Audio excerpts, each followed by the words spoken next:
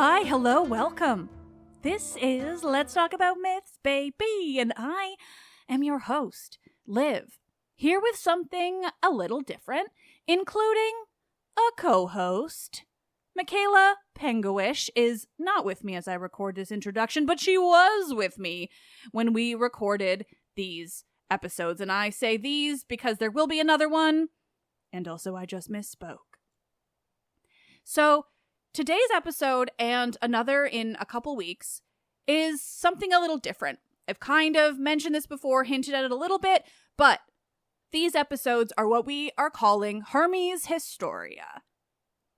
Michaela Penguish, formerly Smith, it is the same Michaela, she's just got a better and more familially appropriate name.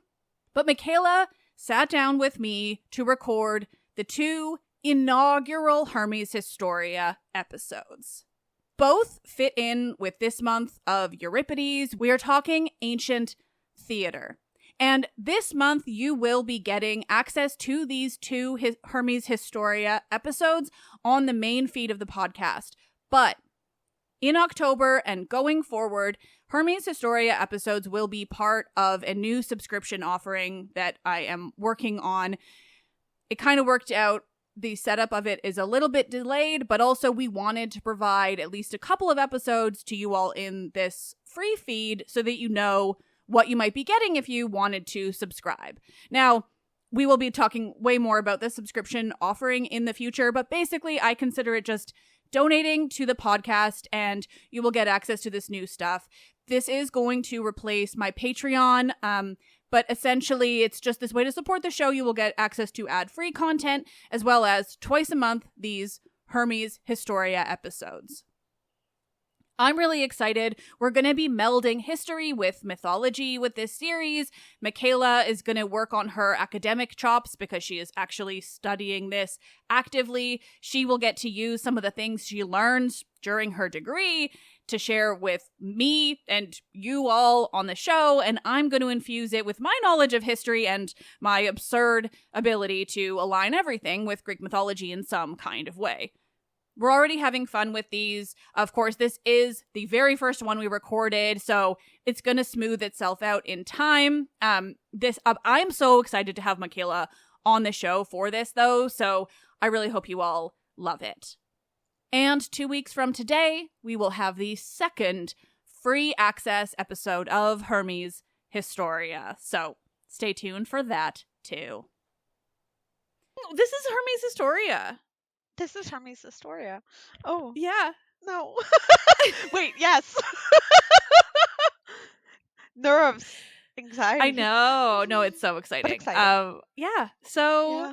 I will probably record a little something else, like, additionally to put up as, like, a full introduction, but this is the first episode of Hermes Historia, where Michaela and I are going to talk history stuff, where Michaela does some research into a nerdy topic from history and then tells me about it, and I'm going to certainly spout a bunch of mythological facts back at her with regards to this history topic. And I don't know what the topics are, except that they are applicable to this month's episode. So what are we doing today, Michaela?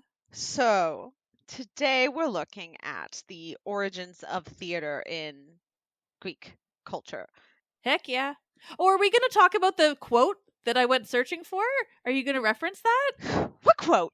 Oh, well, we'll get there. The mythological invention of the city Dionysia. There's a mythological one.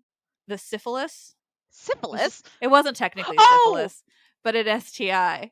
This is how I'm like, I've been so busy. Everything is come out. No, so my stuff is mostly history based. So you can great. Well, at least I have that quote in my back pocket. So yes, I will be. I have Herodotus beside me because it's weirdly relevant. It's not amazing. Really relevant. It's Herodotus. It's pretty relevant. It's par for the course. He's always there. Do I expect this to go smoothly and for me to sound like a robot the entire time? Yes, I apologize. This is the first one. You should go listen back to my first episodes and then you can feel a little bit better. I don't, out of respect. Thank you. Neither do I. Although I will say when I did start listening to the show, I did indeed start from the very beginning. I Everyone does. apologize. And I well, know. they all tell me it's good. So I here we still are. I stayed with it, and now here I am. So Yeah. Yeah, you know. it worked well. It worked well. It got okay. So how do we see that? How do I read things Mhm. while not sounding like? Anyways, whatever. Okay. No, it's always a good So question though. yeah. So we have so the early history of theater. So right, that before the 5th century. Guess what? Is shaky. Yeah. What do we know? Really? Hmm. Something new and different for Yeah, ancient Greece. wild. 6th century history. Not much there, but also at the same time, lots there.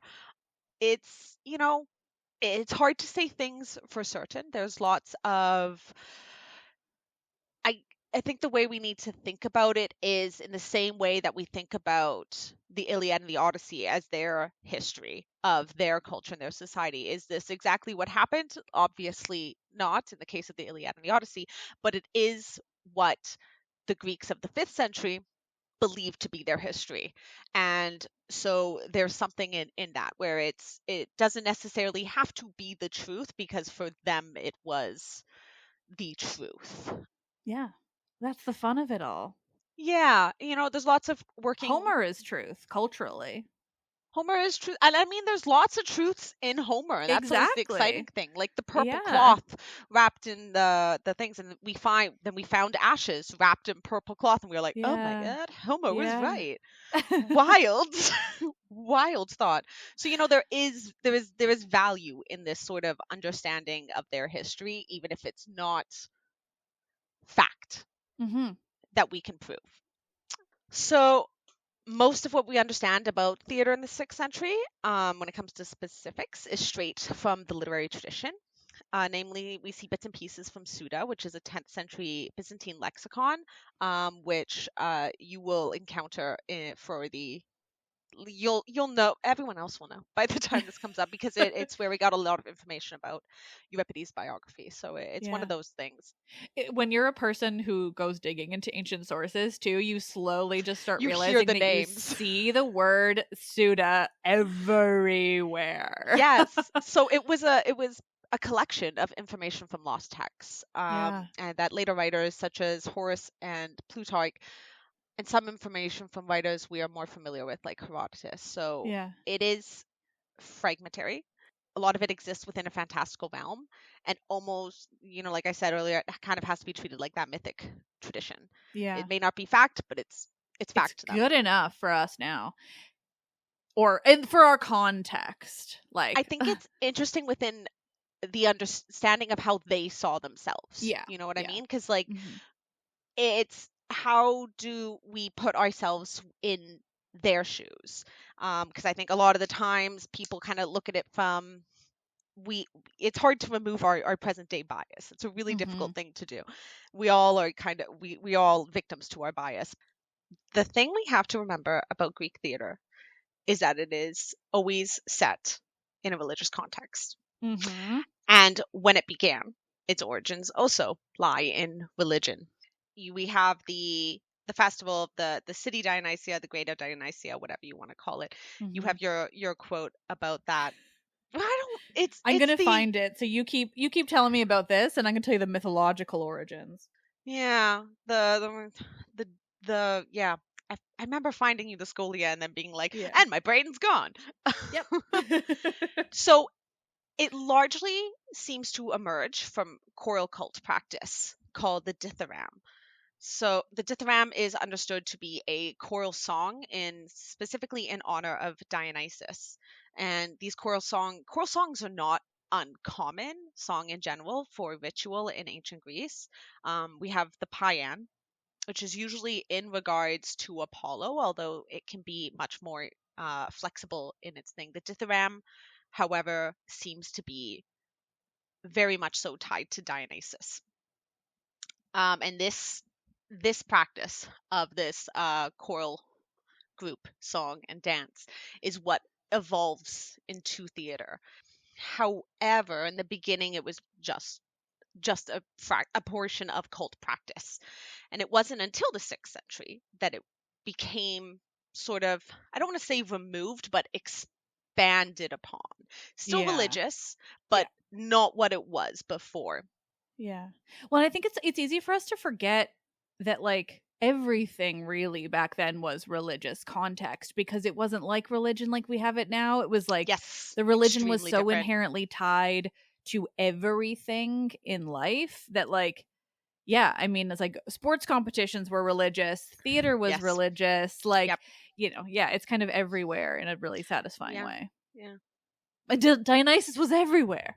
Yeah. There's just a different sort of approach to religion and how they understood themselves in relation to their gods. That Yeah. I think is, I was just reading a source that I'll, going to pass off to you eventually, that talks about this, where it's like, for us now, after sort of like the monotheistic religions took over in the common era, there's a different relationship that's sort of understood between us and God. It's much more compassionate, I guess, I Mm. suppose. That's not the case Yeah. in antiquity with the Greek gods. It is very Yeah. reciprocal. Yeah. Gods are in control of things, and you do things for them or else. Yeah. Yeah. So it's tied into so much and tied into everything, and it's very Especially important. back then, right? Like Yes. we're also talking archaic period. We're Yep. talking like Coming out of the yeah, Iron coming out of the Age. Iron Age Yep. and then the Bronze. Yeah. And I think about it a lot like mythologically, it's where we are getting things, closer to Hesiod, that he's still earlier, but still closer to Hesiod Yeah, that's than early archaic. to Plato, right? Like this idea Yes. of like, we're at a time period where the gods are still very present. I think about it a lot when people talk about like Apollo being the god of the sun, Hmm. but like in this earlier time, Helios is the god of the sun, Yep. Apollo is the god of a ton of other things. Like we're at this point where there are like many gods for literally everything, whereas Yep. that kind of slowly changes more and more as they kind of evolve, in terms of just human evolution. So but Hmm. at this period it's like, yeah, everything is tied to the Hmm. gods. Yep. Even more so in like Italy, where it was very like what is it, animus, like it's just everything sort of has its own thing. Yeah. Um Well, yeah, I and mean, it's like the all the personification gods, right? I just did all these yep. Q&A episodes and everybody Nukes. always wants to know about, Yeah. Nemesis was a big one. I think a couple Mm. people asked me about Nemesis and like, "Oh, tell us about Nemesis." And I'm like, "She Was is there? like a goddess named Nemesis who functioned as vengeance. Like Yeah. every god like served this purpose. It wasn't Yes. really, yeah, it wasn't more than that necessarily, or Yeah. or depending on the god." Yeah, and like think of Yeah. like Nyx, Nukes, Yeah. like she is the god of the night. She's Yeah. literally the night. It's the Yeah. word they have. That how do they understand this part of the day? Through her. Exactly. It's not a name, or it is a name, but it is simultaneously the word.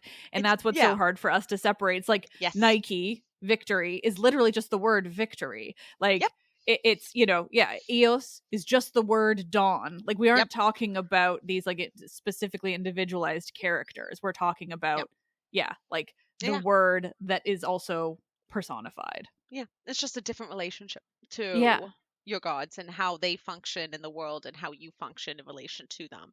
Yeah. It's we Yeah. are very removed from that, Yeah. specifically through the Christianity and Yeah. Judaism, and like that monotheism really broke sort of that the way of seeing it. And there is some sort of Yeah. like there is modern pagan religions, and even like my own um, belief system through my culture is more similar to the ancient Greeks in a lot of Yeah. ways, I was but just going to different say still. that before Yeah. you even added that, I was going to say that in addition to sort of, yeah, Judeo Christian religions and the issues they have changed, caused, whatever, also colonialism played a pretty big role, Wild. in getting rid Who of would have thunk? paganism. Yeah, it's almost like colonialism was tied with Mm. Judeo Christian traditions and Oh, ideals. what a And wild concept. I've never heard anyway, we're that doing before. great. But anyways. Oh, it's So revolutionary. back to the dithyrambs. This is Mm-hmm. they loved singing and dancing for their gods, man. Yeah. It was a pastime, I Singing and guess. dancing for their gods. I think the gods loved it too. It was Damn adorable, right. really. So there's like apparently Corinth was the first one where they actually, instead of just sort of winging it with the Yeah. dithyramb, just sort of singing and dancing as the spirit compels them, I guess. Corinth apparently was the first one who composed and performed it as a choir. But we also see other cities, say, Athens, Oh, who yeah. Oh, that one. at the beginnings of democracy, a man's named Lassus, who was like a musician, poety guy, he introduced the dithyramb to Athenians and then organized it as a contest. But this was set up between the 10 tribes, or the 10 phylae of Athens. They would enter 2 choruses, one of boys, one of men, because of course, to perform these dithyrambs.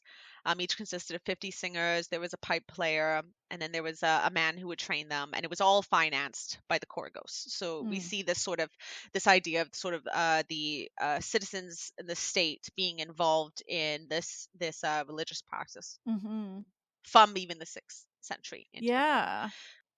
And so it wasn't, who was it? It wouldn't be like the person who like composed it or something. That wouldn't be who was winning. It was the tribes. Like it would be like that one. Yeah. So yeah. Well, like would it be the Chorgos then? Or like the tribe as a whole. Chorus, the tribe as a whole. Interesting. Okay. So whoever won, they could set up a dedicatory tripod. So along the street of the tripods, which was near the sanctuary of Dionysus. And it wasn't so it wasn't the poets who were composing, who were winning. It was the tribes. So the poets are just kind of there. Yeah.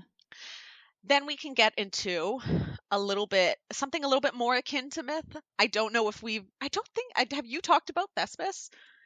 Not really. I would love to. I've like mentioned it in passing, just been like, this word means something. Yeah, but yeah, so that's where we get thespian from. Yeah, right. And it's for me, it feels mythical in a sense. Could Thespis have existed? I think so. Most likely. I think he was a man, but I don't think mythologized. Exactly. Yeah. Which there is a term for that I learned at school and promptly forgot because I'm a great student. But I wanted the term. Yeah, I'll look it up. It's really specific to sort of like mythology studies and like comparative mythology and stuff like that, which is what you would do, not what I would do. I thought I was going to do that, and then I was like, Michaela. I will find it, and I will text it to you. Thank you. Thespis. Thespis becomes understood in some circles as the de facto inventor of tragedy. And to be clear, Thespis was a person, just because, like, the name he was a dude named Thespis. Yeah, that was his name. We just, honor him, I guess. Yeah. I don't know. I don't hang out. Well, no, actually, I have a lot of friends in theater. I don't know why. Yeah, as if you're not affiliated with Theater Kids, Michaela. I'm very affiliated with Theater Kids, and they're like, come watch my performance. I'm like, you cannot put me in a theater, man. I refuse. I love you all. I will support you from afar. So the Suda believes that Thespis invented the theater mask as well. And the theater mask is this is very important in Dionysic practice. Dionysic. Yeah. Like that. I was picturing the word and like how right? I think I would say Dionysiac. Yeah. Dionysiac. Yeah. But I'm not confident. There's that idea of shifting identities. Yeah. So the mask is very important because that helps you shift your identity with Dionysus, right? So it is and also, the satyrs were there too because Dionysus. But well, and since I have you, and since I just finished the Cyclops at the time of recording, like, is it when the women like cursed the man? They were all ithyphalic. Like, yeah. I'm gonna do. We're gonna say a couple of fun things. I'm gonna pull up this quote that I found, which is what you found me. So to the listeners, when I was researching the Cyclops episodes, I went in search of some kind of history of the satyr play because they are fucking bonkers bananas. And there kept being this reference that like the city Dionysia was mythologically founded based on like an STD, basically. And I kept hearing about this. They would say like the mythological origins, and like no source would say where it was fucking coming from. There was some reference to Aristophanes, and then I went and searched the Aristophanes and it wasn't in there, and blah blah blah. The long story short of it is that it's a goddamn piece of scholia, which is like always my nemesis. We love scholia. But Michaela found it. And so what that means is that scholia means it's like a note in another note, kind of, or like a piece from another piece. It's a note. And so, It's think of it as like a footnote, or not a footnote, like an annotation. Somebody's yeah. annotation when they were reading it in the Yes, past. exactly. In their book. Yeah, like their Yeah. notes in the margins, kind of.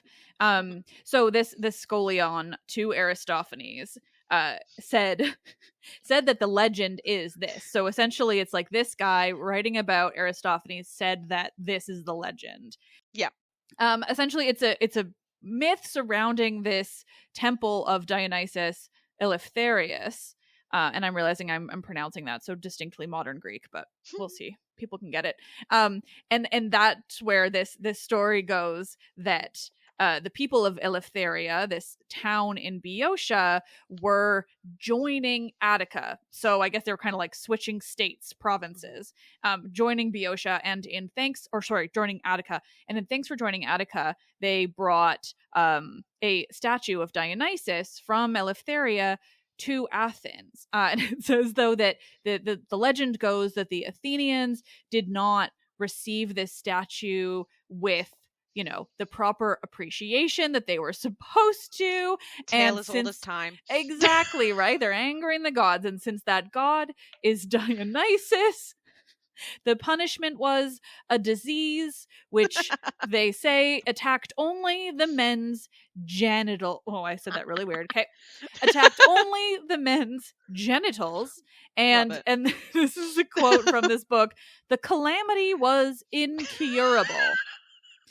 And so when they found that all of the men were succumbing to I'm assuming syphilis. We're just gonna say syphilis. When all of the men were succumbing to syphilis, they eventually found the solution, which was they constructed privately and publicly. They constructed phalloi, so just enormous dicks. Which they then dedicated to the gods, and which then became part of this city Dionysia from this mythological nature. Basically, what this is doing is explaining the fact that the city Dionysia had all of the dicks possible. That they would march through the streets with dicks on sticks in honor of opening this festival to Dionysus, and then they would put on these incredible works of art, tragedy, these 3 works of utter brilliance, and then they would finish it off with a satyr play about maybe Odysseus landing on the island of Cyclops, except it's already got a ton of satyrs there with their enormous swinging costume dicks, and maybe Odysseus meets Silenus, the Papa Satyr, gets him drunk, then threatens a Cyclops, and oh my god. There's just, I'm not going to retell the whole thing, but oh my, it the evens point out is, the mood. Yeah, right? They would finish off this brilliant thing with this bizarre satyr play that's just full of dicks, dick jokes, fart jokes, there was some really off-color sexual assault jokes about Zeus and Ganymede, wild times. They're gonna make you cry, and then they'll make you laugh a little bit to be like, it's okay though. Exactly. There's always got to be that balance. Yes. And so the mythological origins of that were thus. And also just always had the penises. Backtracking back to Thespis. Must you? Yeah, no, please. Suda believes he invented the theater mask. Yeah. Aristotle. Go for it. I want to talk about the masks more, but where would that fit in?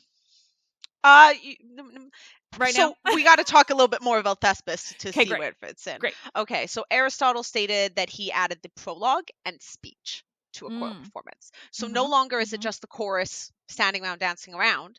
Now there is someone speaking. Yeah. And having their own monologue, which is where the mask comes. Now we have an actor and not just a chorus. So this is the important thing with Thespis. He is what sort of, I guess, invented, bunny quotes, actors. Yeah. He becomes known as the mythological founder, except he was probably a real person. Yes. But mythologically, he's the founder of acting. Yes.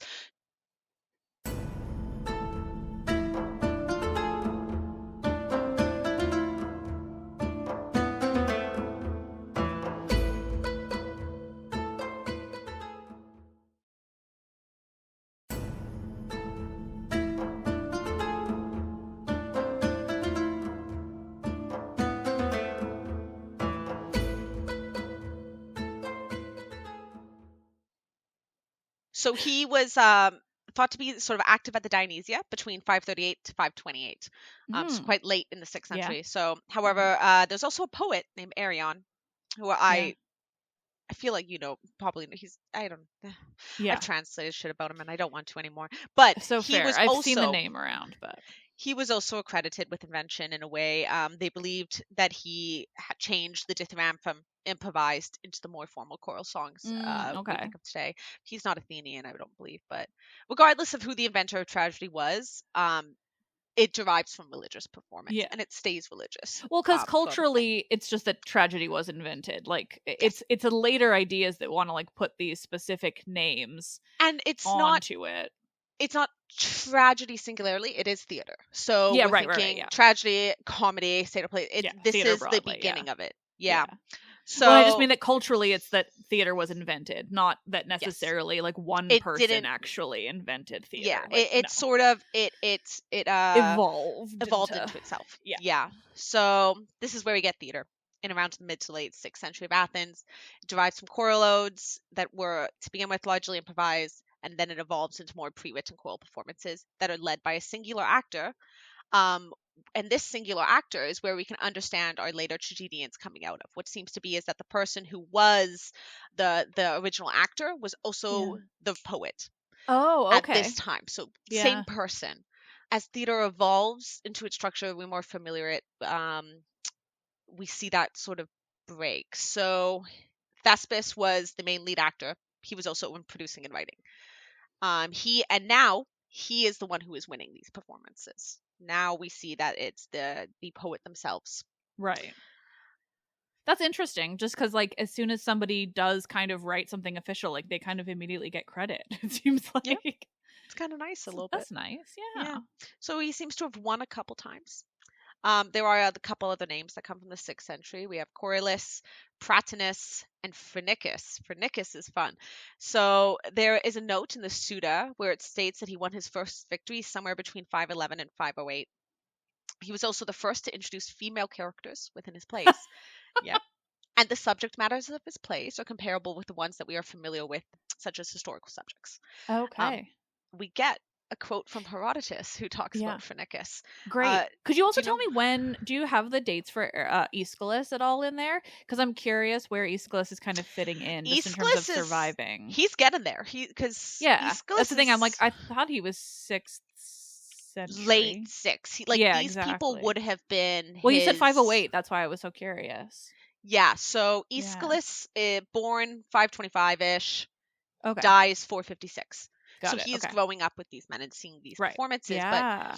um, talk about Miletus. So Miletus was a colony in Mm-hmm. Ionia that fell to Mm-hmm. the Persians, Yeah. and it was quite an upsetting affair for the Greeks because it was a Greek colony, and it was like it's the situation anxiety in antiquity. City is razed to the ground, men killed, women and children sold into slavery, that kind of thing, done by the Mm-hmm. Persians. So we're at a point now where we are in the 5th century because the sacking of Miletus happened, and Herodotus tells us about Phrynichus in this instance. So they being the Athenians found many ways to express their sorrow at the fall of Miletus, and in particular, when Phrynichus composed and produced a play called The Fall of Miletus, the audience burst into tears and fined him 1,000 drachmas for reminding them of a disaster that was so close to home, and future productions of the play were also banned. A little bit of snowflakes, aren't they? They're like, how dare you? Never do that again. Give us money. Never do that again. Remind us of the horror. Yep. Interesting. Or don't remind us, rather. No, it was too dark. Yeah. But I mean, it's so familiar. That just reminds me of people today of like, well, I don't want we to don't want to be see confronted the with it. horrors that are No, happening when I can no. live in my little bubble. We can tiptoe close to it, but we Yeah. can't outright say it, Yeah. or we can talk about it 50, 100 years later, but not 5. No, Free that's too Palestine. close. Yeah. Yeah. There we go. Yeah. So we are seeing a switch in how plays are performed. So if we understand that Thespis was writing the plays but also performing, we're now seeing a switch to the tragedians are no longer the actors.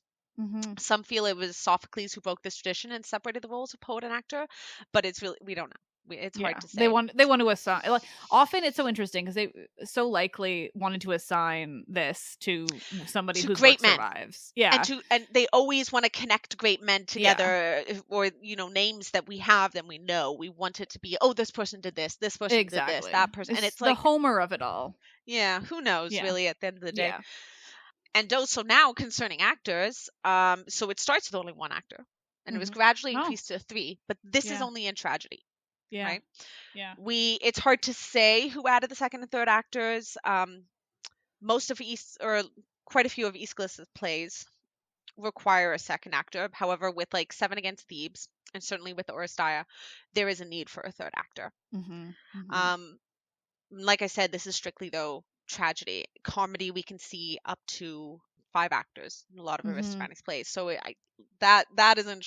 I don't know why, Yeah. but I really kind of find that interesting where it's a very element of tragic theater where we can only have 3 people who are doing the speaking roles. Well, tragedy seems to have been very formulaic in ways that have always interested me. Like, there are pretty clear like rules that they had to abide by, which just in an art form like that, which is also like so revolutionary, like it's really interesting to me that it was like, okay, you could only have 3 roles, like, or 3 actors rather, and this like idea of who's playing what, like they had names, right? We have I want to just say these, but protagonist, deuteragonist, and tritagonist, and like and all of these structured rules about like what is happening in terms of theater, whereas comedy is just kind of like, I don't know, throw it at a wall and see what sticks, and unfortunately Aristophanes stuck.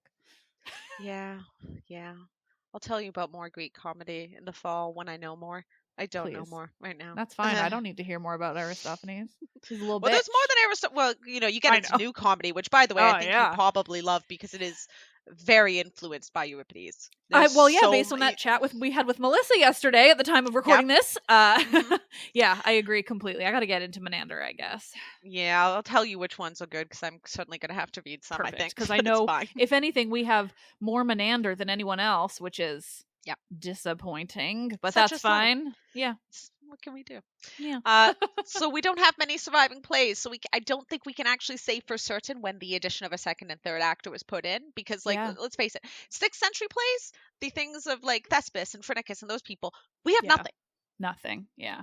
We don't know. We can know vaguely some things, but we don't have plays. Like our first play that we have is from 472 BCE. Wow, that's so late. Mm-hmm, I mean, I guess makes sense. Yeah. It's Aeschylus's Persians.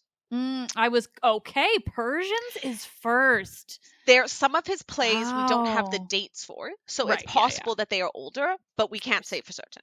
We know for certain Aeschylus's Persians was 472. Of course, that's an easy one to date, I imagine, based on the subject matter. But it's also very close to the end of the Persian Wars. That's like 8 years out of the end of the Persian Wars, and they're already like, I don't know if you've read the Persians. No, but I know it's very sympathetic to. It's very sympathetic. I read it because I was forced to for a class, and I was like, you know what? Aeschylus gets one for this. I'm like, I've heard it's good. It's just interesting at least. Yeah. So we don't have a lot of information. Yeah. Concrete information. Story of our lives. But I would, because this is my little archaeology brain comes in. There is a little bit of archaeological evidence for early theater, and it's namely from pottery. Of course. So we don't really get. We'll get into physical space in theaters later. Spoilers. But we're gonna look at this pottery from around the 630s on, called komos. Ooh. So has the subject of a komos. So a komos is understood to be a drunken procession of young men after a drinking party, which is where we believe the comedic genre came from. A komos song, comedy. Oh, wow! Yep. That is the most Greek thing I've ever heard. Like, I love it. Like, I really, every time I hear something like this, I just think about that enormous volume of like the like really Western Civ obsessed Yep. white man who's like, the Greeks were the greatest minds the world has ever known. They were brilliant in every possible way, and also maybe they invented comedy based on drunken singing. Like, and also like, oh, there were dicks in early satire. Yep. So many of them in early theater. Like, it's just, it's this constant reminder that they were such real people, and they had they could teach multitudes. It's very on theme with Dionysiac and Dionysiac 1,000%, where and it's satyrs, like it just drunken fucking dancing. works. Yes. Well, and also, can we talk about what tragedy the word comes from? Because I don't know that I've ever said that on the show. Yeah, goat song, guys. We don't know why, but it's does it have to do with satyrs being goats, or I don't know. I don't think we can actually say, like, for everything I've ever heard, it's always been like, maybe it's this, maybe it's that. Yeah. It's very strange, but like also maybe like, have we heard a goat? Like I've heard goats cry. They sound kind of, I don't know. It's very true. It's a weird one. It could just be that goats like do scream. They scream, and there is if you hear it without seeing a goat, it can be a little haunting. Yeah. And maybe that's maybe there's something to that. We all remember that viral video from I don't even know how long ago, but a very long time. Of a goat screaming? Yeah. Oh yeah. Yeah, you know. That was that famous. That was my childhood. Anything yesterday and on was childhood. Got it. So, on these pots, we don't just see the images of these dancing men, the komos, but we also see dancers that wear patterned garments. We see satyrs in silence, and we see women in this, they're all placed in one context. There is a distinction between the komos, so these drunk men, and the satyrs, so they're not treated as a unit. They're two distinct players in the field, but they're all sort of, in a way, interacting together and jumping around and being silly billies. And the padded garments is also like, if you've read some comedy, they're very interested in exaggerating the body in ways. So, put a giant ass on that guy because it's funny, Truly. kind of thing. So big dick because it's funny. Let's be honest. Yeah. Big dicks are always hilarious. Dicks are funny in general. I mean, true. They knew. That's recorded. We're talking about ancient tragedy. Obviously, so we're going to point it out. Or ancient theater, regardless. But at least these images appear to display early theater for us. Yeah. Right? That's so cool. Yeah. And they really exist from about the 630 to mid-5th century in this form. Some are shown in mythological context, and most interestingly, at least to me, in dress that is local to specific regions in Greece, which suggests that there were characters and roles within these time periods that could point to earlier theater in specific areas. So it's not just constrained to Athens, but it's across the wider Greek world. So what we could be seeing is the evolution of actors in early theater, and that these komos were people who had a role within a ritual function, and that they would show up to perform these mythological scenes in any sort of narrative. By drunkenly singing. Yes, but I mean, I think of other sort of Greek processions where, think of funeral processions where the women were expected to like rip out the hair. Yes. There is that exaggerated sort of thing that is very important to ritual. And dramatic. Very dramatic. Like it makes so much sense that these things lead into each other, and oh, I love that. And the thing that got to me is because it's me, I tried to look and be like, did this come strictly from Greece? Where can we see parallels with other parts of the ancient world? And I'm going to be honest, I couldn't really find anything. It seems like it's a pretty Greek thing. Yeah. I think theater is one of those things that I think I assumed that too, even as and I think it's great because, like, I think it also lends well to the argument that Greece didn't do everything, so long as we do acknowledge like the things they did do first. But I mean, like the Bronze Age, we don't see anything really like this. We see ritual procession in sort of imagery, but nothing that's sort of akin to this. In the way that theater is. So and we certainly know that there was songs and there was like all of these different types of things, but like so specifically the performance aspect of those specific types of performance kind of thing. Like, that's really interesting. That's where theater came from. up until the 5th century, where we get to our boy Euripidipidu. And I mean, like, I love it. It's great. That's interesting. I'm trying to I mean, yeah, mythologically, like, trying to think of anything, but I really just enjoy that wholeheartedly. And the idea, though, that the city Dionysia was ultimately founded by syphilis is just they always have to find a way to insert dicks, and I truly appreciate they that do. about they really, like, Well, and they're obsessed. And I mean, it's because they're funny. Like, let's be honest. Well, yeah. It's But I okay. also think, like, what I love about it is that you, with specifically things like that, like a legend like that, where it's so explicitly, like, we don't have an ancient source that actually told a story. Like, I think it's pretty safe to assume that this legend was just like one of those things that people just kind of understood. Like, it just, you knew that about the Dionysia, or like, and it's etiological, you know? It Exactly. explains why we do this thing now. Well, exactly. That's what I was just going to say. Yeah, like, it is just this way of explaining why this festival why do we carry giant so wooden many dicks on sticks. Yep. And, like, oh, and I think I forgot to mention when I was talking about it, but, like, the statue of Dionysus that, you know, the Athenians didn't appreciate fully, like, was obviously also, like, an incredibly phallic one. Like, it's fascinating. But the masks, I do. Yeah. Actually, first, before I say this, is the other topic something that we can talk about masks, or should we do it here? We should do it here. Okay, great. So yeah, the masks. I do just like, I don't think I've emphasized it enough on the show, like, how masks were functioning in Greek theater. So I'd love if we could just go over it a little bit now, because they're really interesting, but it's so hard to convey. I can tell you how tragedy costume looks. Yes, please. To understand. So they wore platform boots. Incredible. Got to be tall. Makes them tall. Yep. And then they wear sort of like a long, plain robe situation that could be in different colors.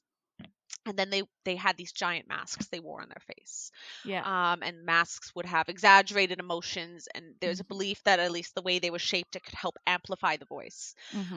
But it allows it portrays the character, but it also allows easy switching to another character.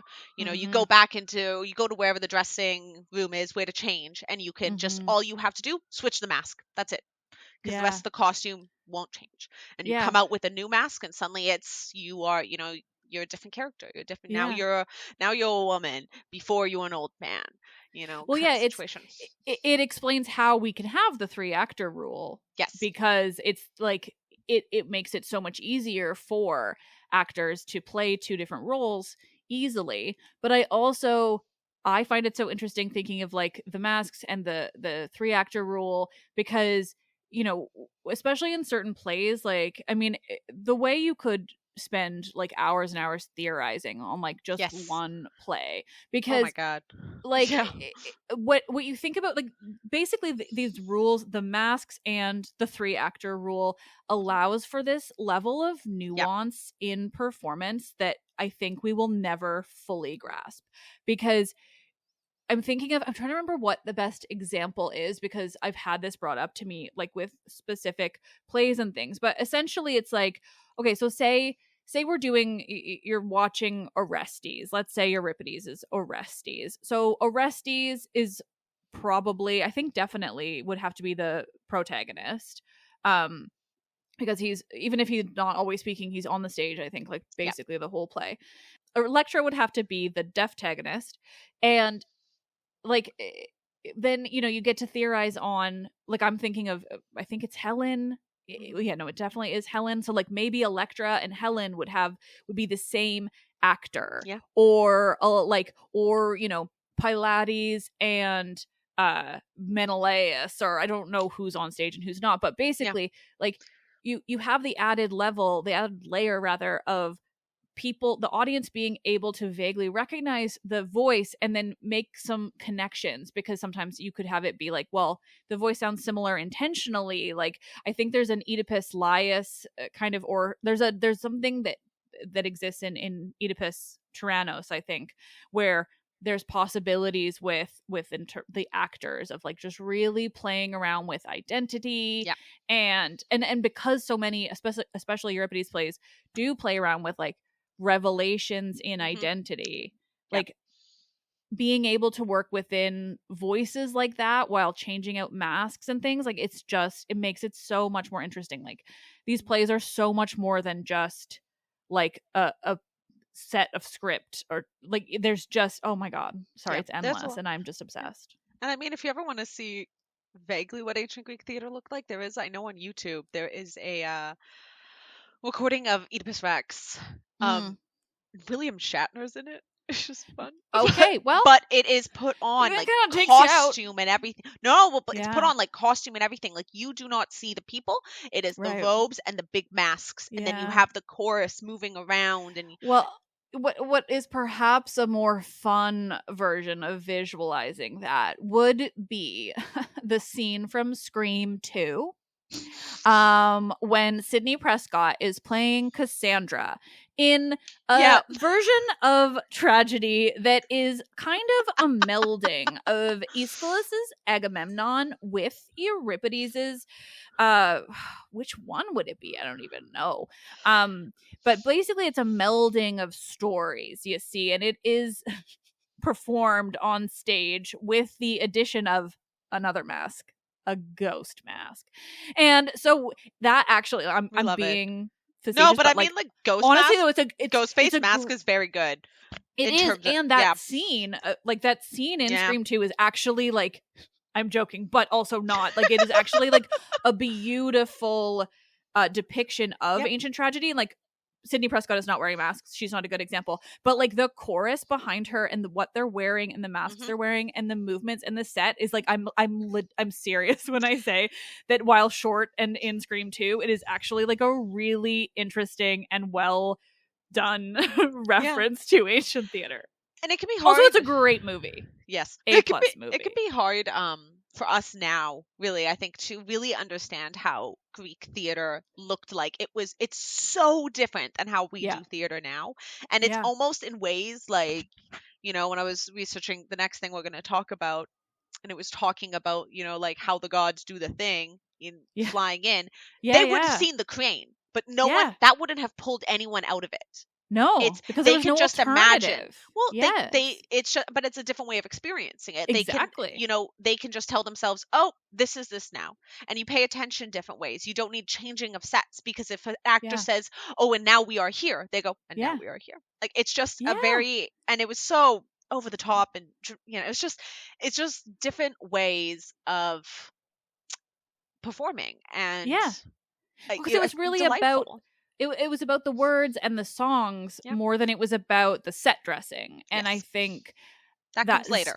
Yeah, exactly. And like, it's, equally important to us now, but I think it is so interesting to, like consider how it would have been performed back then and like what it needed and what it really emphasized. And that was really just the words. Cause you're not even seeing faces. You're seeing masks. You're just listening to the words and the songs and, the Aulos player off in the corner, like making incredible music. You kind of have to suspend your belief and insert yourself in it in order for it to be legitimate. And for them, that's normal. That would have been fine. For us, I think that's a difficult thing for us to do and to understand.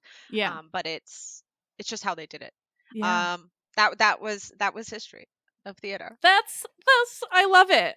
That was an incredible first episode of Hermes Historia. I actually do think that was really great, and we had a lot of fun. So I'm going to kind of treat Michaela like a conversation here, even though she's going to be the co-host of this series. But like, this is the only way my brain knows how to do it. So I mean, that was so much fun, Michaela. Oh my god, thank you.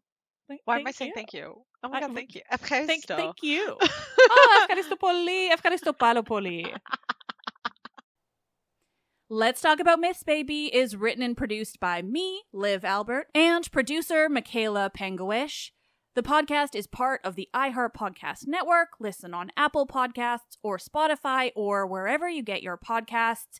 If you're eager for more of these Hermes Historia episodes and you're listening on Spotify, feel free to suggest topics in the comments.